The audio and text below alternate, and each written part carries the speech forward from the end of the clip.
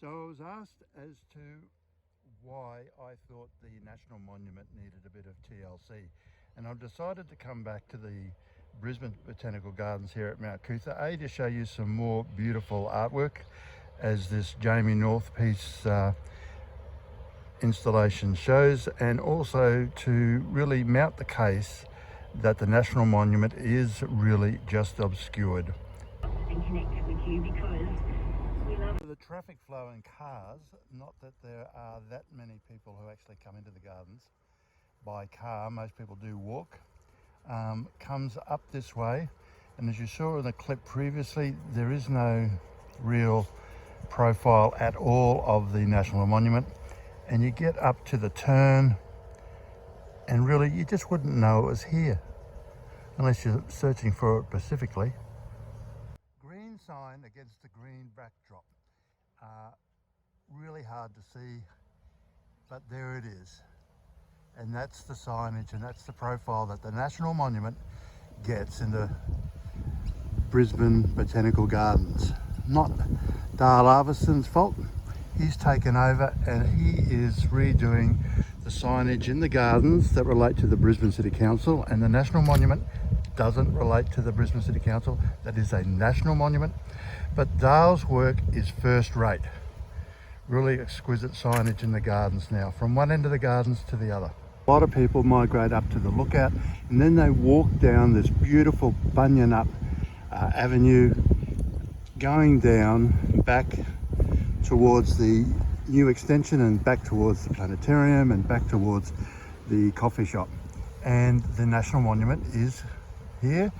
It is something that will gain attention because you're curious, well, what's that white wall?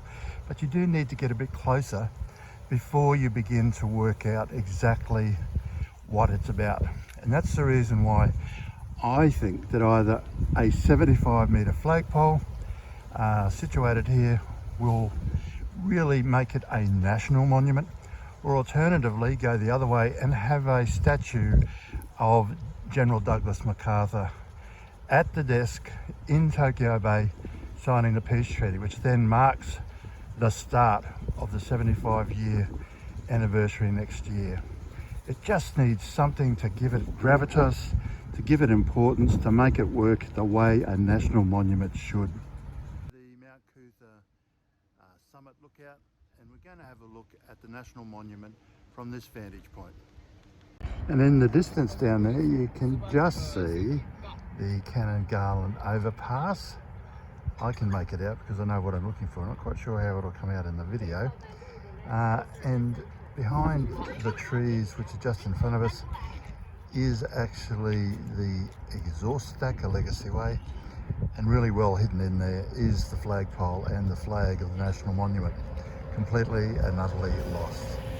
So even from the very high vantage point up at the Mount Coot-tha lookout, the National Monument is completely and utterly obscured.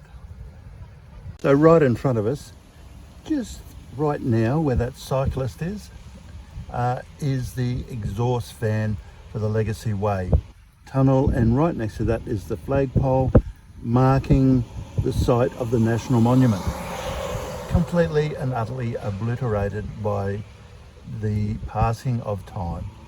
So we're going to walk up to the end of this new access point into the Toowong Cemetery. So there it is, the Cannon Garland overpass. I'll just walk up here. In front of us is Cannon Garland overpass. That links over the freeway there, Anzac Park, one of the very first in the world. Behind us is the Toowong Cemetery with the burial plot of Cannon Garland and all the beautiful narrative of the very first Anzac Day services that Cannon Garland used to officiate in Queensland and quite possibly in the world, using his preferred script. And then you have the Legacy Way tunnel. Behind that you've got the National Monument, completely and utterly obscured.